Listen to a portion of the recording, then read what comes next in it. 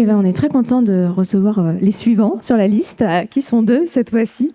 Donc, nous avons Marin et François de la régie de quartier, c'est ça. Donc, avec vous, on va parler un peu des actions que vous menez au quotidien, notamment sur le stand, on a déjà vu le compost. Est-ce que vous voulez commencer? Mais pas que, tout à fait. Est-ce que vous voulez commencer par ça? Ouais. Alors, je vais commencer par rappeler un petit peu l'historique de l'association, parce que c'est une association pour le coup.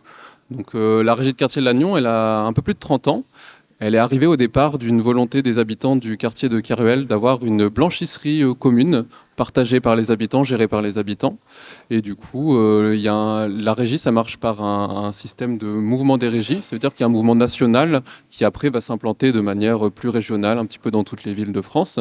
Et du coup, c'est une association qui a aidé les habitants à lancer cette blanchisserie. Et à partir de ça, ça s'est agrandi. On a mis ensuite un système de propreté urbaine. Du coup, on a aussi des agents qui participent à la propreté urbaine. On a aussi des agents qui font du second œuvre, donc des travaux dans les collectivités, dans les mairies, des choses comme ça, de la peinture, de la rénovation. Et puis il y a nous, moi, François et nos collègues du pôle transition écologique et lien social, qui sont plus dans la médiation dans les quartiers, dans la transition écologique à travers des actions sur le compostage, sur le jardinage au naturel, avec entre autres la gestion de jardins partagés au Roudour, avec une parcelle collective. Donc c'est pas mal ça. Et en gros, on représente une cinquantaine de salariés, avec à peu près la moitié qui sont en insertion. Donc c'est des personnes qui sont souvent éloignées de l'emploi et qui se retrouvent sur des petits contrats pour ensuite les porter vers d'autres horizons. Et l'autre moitié est plutôt des personnes qui sont en CDI suite à des contrats d'insertion pour le coup. Et puis les personnes du bureau. Ok. 30 ans, la création de l'association, comment on appelait ça, le pôle transition écologique, la partie transition écologique est venue combien de temps après la création? J'en ai aucune idée. Très bien. Mais non, mais c'est ok, très bien. Je suis à la régie depuis février personnellement. Est-ce que toi tu sais, François, depuis quand? Vers 2015. Tu peux lui passer le micro, ouais. À peu près vers 2015, il me semble. Ok. Oui, donc autour de 10 ans, une dizaine d'années peut-être. Ouais. Ok, super. Tu disais donc des actions au niveau de la transition écologique sur le travail du compostage, mais pas que. Je crois que François, toi, tu es plutôt à une partie... est-ce que tu peux nous parler de ton activité? Ce sera plus simple, tu le diras mieux que moi. Bonjour, donc moi c'est François. Lors de mon arrivée à la régie de quartier, on m'a confié une nouvelle tâche pour moi, qui était l'animation de jardin. Je pratiquais le jardin par goût et j'ai succédé à Rémi à l'époque pour animer un jardin donc collectif et aussi donc est une passerelle vers l'accès à une location de parcelles sur le site de l'aérodrome. Donc il y a à peu près 26 parcelles. Quelques-unes sont louées à des associations, notamment une aide API où ils ont quelques ruches. Une a été considérée trop humide, donc elle a été reconvertie en bassin pour réceptionner de l'eau et donc accueillir la biodiversité. Ce sont que des pratiques de jardin au naturel. Et donc nos collectifs à peu près regroupent 10 personnes avec une cotisation annuelle qui sert à acheter des semences, un petit peu de matériel. On a donc 2 rencontres on va dire annuelles qui sont le pot de rentrée et la fête des jardins l'été qui fédèrent du coup le groupe. Et donc on aborde tous les thèmes de jardin pour que chacun soit à l'aise et que chacun puisse du coup acquérir des connaissances suffisantes à la location d'une parcelle pour l'entretien ou pour chez soi, non? Eux aussi. Ouais. Et le fruit de votre travail, c'est pour les adhérents? Oui, voilà. Le but, c'est de partager la récolte à la fin. Génial. Et de faire le côté pénible du jardin, que ça soit du coup en groupe que ça soit fait, et que l'image du jardin soit pas uniquement quelque chose de pénible, mais que derrière il y a quelque chose de gourmand, de plaisant, une bonne rencontre, une bonne ambiance, quoi. Du coup, tu sens qu'il y a un retour vers la volonté ou d'avoir son potager chez soi ou de jardiner? C'est quelque chose qui revient ou il n'y a pas d'évolution particulière? Moi, je le vois au niveau de ce qu'on voit sur les réseaux sociaux, en fait. Je trouve que ça communique beaucoup autour de ça, donc il y a un bien-être humain qui est derrière. Et s'il y a des personnes qui pratiquaient, des anciens qui pratiquaient le jardin avec des intrants chimiques et qui reviennent vers chercher des solutions pour appliquer chez eux quelque chose de jardin naturel où forcément, comme on pratique le broyage de branchage et le compostage, ce sont des méthodes qu'on pratique au jardin, quoi. J'enchaîne les questions, pardon, mais il y a un profil type de l'adhérent, de la personne qui vient chez vous. Est-ce que c'est plutôt un public qui a un certain âge ou au contraire, est-ce qu'il est jeune? Est-ce qu'il n'y a pas du tout de profil type et vous avez de tous les profils? Il y a plusieurs profils, mais notamment, ce sont des personnes qui n'ont pas de jardin, qui habitent à Kervel, qui habitent dans des tours, donc qui ont envie de respirer l'air de la campagne, passer un moment dehors. Et le jardin de l'aérodrome est un petit lieu proche de la ville, mais où la nature est présente. Il y a même quelques chevreuils qui s'invitent, où des fois, ils mangent un petit peu les cultures, mais on trouve des solutions pour les éloigner. Voilà. On partage, on en fait plus pour eux, quoi, du coup. Excellent. Ok. Et alors revenons sur la partie peut-être compostage que vous présentez là, c'est ça? Ouais. Donc au niveau de votre stand, tu peux nous décrire un petit peu votre stand? Ouais. Alors, je débarque. Je vous dis bonjour. Qu'est-ce que tu m'expliques? Alors bonjour. Est-ce que tu compostes? Raconte la vérité. Alors, la vérité, c'est qu'on habite en appartement, qu'on a eu un lombricompost qui a très, très bien pris, très bien fonctionné. Et à l'été, il a fait chaud et j'ai pas bien compris qu'il faisait trop chaud. Et ils sont tous morts. C'est un petit peu fragile, les lombricomposteurs, en effet. Les vers de fumée qui sont dedans, ils ont besoin de beaucoup d'attention, un peu comme des animaux de compagnie, au final, c'est un petit peu ça. Et dès qu'il y a un petit déséquilibre, que ce soit en termes d'humidité, de température, d'apport nutritif, tout de suite, ils sont en danger et il faut faire attention. Donc voilà. On était très tristes. Ouais. On a composté, on va recomposter. Mais là, on est dans la période de transition. D'accord.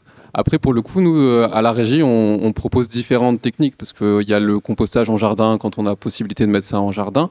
Donc, on voit un composteur de démonstration qui est juste là. Et du coup, l'idée, c'est de pouvoir mettre tous ces déchets de cuisine à peu près sans exception parce que il y a beaucoup de prénotions sur le compostage. Mais en fait, par exemple, sur les agrumes ou les choses comme ça, on dit souvent qu'on ne peut pas les mettre alors qu'on peut tout à fait les mettre, il n'y a pas de souci. Il faut juste savoir que le compost, c'est une histoire d'équilibre entre de l'azote et du carbone. Donc de l'azote qui va plutôt être dans les déchets humides, donc les épluchures, à peu près tous les fruits et légumes. Et puis après, il faut apporter du déchet plutôt sec, donc avec du carbone qui va être des feuilles mortes, qui va être du broyat de végétaux, qui peut être de la paille, qui peut être de la litière végétale animale. Par exemple, si vous avez un hamster ou un lapin, des choses comme ça peut aller dedans. Même les litières végétales pour chat, il faut juste enlever les crottes parce que vu que c'est un carnivore, ou alors il faut faire un compostage un peu spécifique comme pour les toilettes sèches, qui dure plus longtemps, mais c'est possible en soi, c'est tout à fait possible. Du coup là, on est sur du compostage de jardin. On est sur du jardin. Après, c'est possible, nous aussi, on installe en collectivité et en pied d'immeuble. Donc en collectivité, ça va être plutôt dans les écoles, dans les résidences, les choses comme ça. Et c'est souvent des marchés qu'on a avec LTC. Et en fait, on va commencer par faire un diagnostic pour estimer les besoins, les possibilités pour installer un composteur ou plusieurs en fonction. Et puis après, c'est de l'installer et d'accompagner. Dans les écoles, on a tout un programme un peu de l'assiette au compost. Donc de travailler avec le personnel de la cantine pour voir comment ils gèrent les déchets, quelle quantité de déchets ils ont, s'il y a moyen de réduire ces déchets potentiellement, parce qu'il y a souvent des pratiques qui sont à améliorer dans ces cas-là, et de les accompagner sur eux et les élèves d'ailleurs, parce que c'est aussi important d'impliquer les élèves de tout âge là-dedans, et ils jouent très bien le jeu. Et du coup, voilà, de proposer une solution de l'assiette jusqu'au composteur pour leur permettre de traiter un maximum de déchets sur place et même de réduire le gaspillage alimentaire aussi, quoi. C'est la meilleure pédagogie possible, ça. Mais clairement. Et puis du coup, c'est un message qui rapporte à la maison les enfants et qui le partagent hyper facilement et ils sont hyper calés là-dessus, quoi. C'est génial. Surtout quand on apprend ça tout petit, finalement, ça paraît normal, plus simple. Il y a moins de contraintes à le mettre en place que quand on est adulte et qu'on a eu des décennies à faire d'une façon, à ne pas se poser la question. Au-delà tu dis de le comprendre quand on est petit, mais là on le voit, on l'applique. Enfin, tu vois, c'est hyper concret. Enfin, c'est génial. Ça les responsabilise énormément, quoi. Ils se rendent compte du déchet qu'ils produisent potentiellement et de la manière de le réduire et de la manière de le traiter après. Et en plus, c'est génial parce que souvent, quand il y a des composteurs dans l'école, c'est utilisé pour faire du jardin, pour faire des plantations dans l'école, des choses comme ça. Donc, il y a toute la boucle qui est bouclée pour eux et ils voient de A à Z, quoi. Et c'est chouette. Ça fait que c'est un super support pédagogique en soi. Donc, tu parlais d'accompagnement. Typiquement, moi, dans mon jardin, hypothétique, je suis plus en appart, je suis dans mon jardin. J'hésite à mettre mes agrumes ou pas. Il y a la possibilité de vous contacter, de vous dire, OK, j'ai des doutes sur ce que je peux mettre. L'idée, c'est ça ? Ah bah tout à fait. On peut être là. On est très souvent présent sur ce genre d'animation comme ça. On était là au Tardive, on était là au Forum des associations. On essaye d'avoir un stand à chaque fois qu'il se passe une chose où on peut être en relation avec le public. Après, la régie est ouverte à tout le monde, il n'y a pas de souci. On peut venir chez nous, on peut nous appeler. Voilà.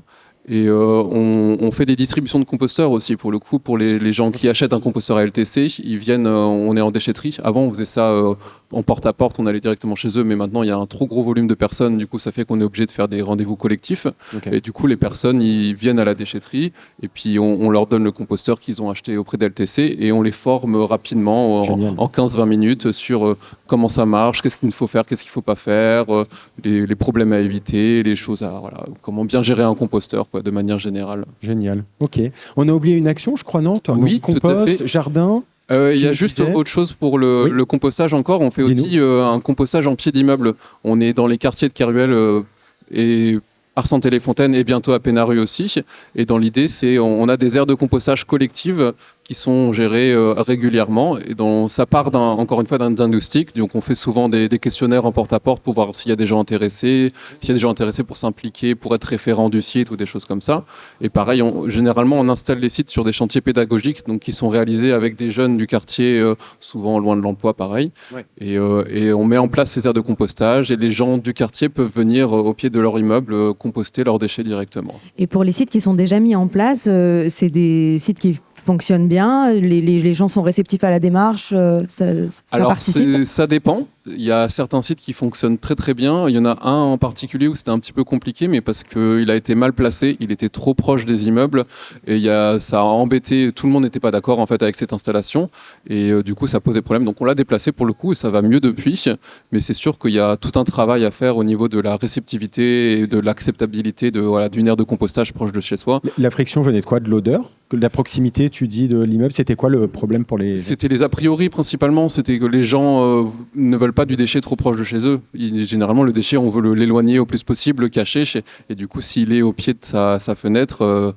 ça donne pas envie. Alors qu'au final, si c'est bien géré, et c'est souvent le cas, il n'y a pas d'odeur, il n'y a pas de problème, ça n'apporte aucun souci, quoi. Ouais, vous vous heurtez finalement, j'imagine, beaucoup aux a priori négatifs qu'il peut y avoir, donc il y a tout un aspect pédagogique dans votre démarche. Est-ce que vous pouvez nous parler rapidement peut-être des choses justement un peu difficiles au quotidien à gérer pour vous, puisque là on a fait un peu le tour mais on y reviendra après. Oui. C'est plutôt beaucoup de répétitions, donc faut souvent répéter un petit peu qu'est-ce qu'il faut ou ne faut pas faire. Et puis souvent c'est les plus gros soucis qu'on va avoir entre guillemets, c'est les erreurs de compostage. Ça veut dire les gens qui mettent par exemple des sacs compostables qui, il faut savoir, ne sont absolument pas compostables. Ça devient du microplastique et ça se délitère, mais donc c'est greenwashing. C'est complètement du greenwashing. Okay. Il ne faut pas mettre ça dans le composteur. Voilà. Il y a certaines choses aussi, par exemple, quand on va mettre ses déchets dans un sac un peu fermé, même si c'est un sac craft qui en soi est compostable, s'il est enfermé, si les déchets sont enfermés dedans, ça va pourrir avant de composter et ça va apporter des mauvaises odeurs, ça va apporter des moucherons, des choses comme ça. Exactement, et c'est bien de déchirer un petit peu le sac. Pareil, on peut mettre du carton, des choses comme ça, des mouchoirs, et c'est bien de tout ça de le déchirer un petit peu. Et c'est vrai pour tous les déchets en fait. Dans le composteur, c'est un petit peu comme une sorte de gros estomac qui va manger tout ça, qui va digérer tout ça. Si vous mettez des trop grosses quantités ou trop gros morceaux, il y aura des problèmes de digestion, ça va mal passer et ça risque de pourrir avant de pouvoir composter. C'est un bon exemple ça, on le comprend bien. Ouais. Donc oui, on a oublié une activité que vous proposez. Oui, tout à fait. En lien avec notre volonté aussi de réduire le déchet, d'emporter le déchet ailleurs, tout ça. On a un service de broyage à domicile, donc encore une fois qui est en lien avec LTC. Et en fait, on va broyer chez les gens de manière participative. Ça veut dire qu'il faut qu'il y ait au moins une personne qui soit là pour nous aider sur place. Et vu que c'est un marché avec LTC, on a un tarif assez réduit, ce qui permet que ce soit hyper accessible pour les personnes. Bon, pour vraiment être dans la précision, on est à 27,50 € de la demi-heure. Et il faut savoir qu'en une demi-heure, on traite à peu près 10 à 15 mètres cubes de branchage. Donc ça représente la taille d'une voiture à peu près, on peut dire ça. Et Et du coup, on va chez les gens, on a un broyeur qui est tracté sur une remorque, donc c'est accessible vraiment partout, on peut aller vraiment à plein d'endroits. Et on laisse le broyat sur place pour que les gens le réutilisent. Et en même temps, on fait un peu de pédagogie en disant comment le réutiliser de bonne manière, comment ça peut être hyper intéressant de le mettre au pied des arbres, dans son potager, tout ça. Voilà. Bah super. Je ne sais pas si tu as encore des questions. Je pense qu'on a fait bien le tour. En tout cas, bah voilà, ceux qui sont déjà là, n'hésitez pas à passer sur le stand parce qu'il y a plein de choses à apprendre auprès de vous. Oui, ce que je peux dire, c'est bravo pour votre travail. C'est du travail, il y a de la pédagogie, c'est du concret, c'est sur le terrain, c'est top. Merci beaucoup. Avec plaisir, merci.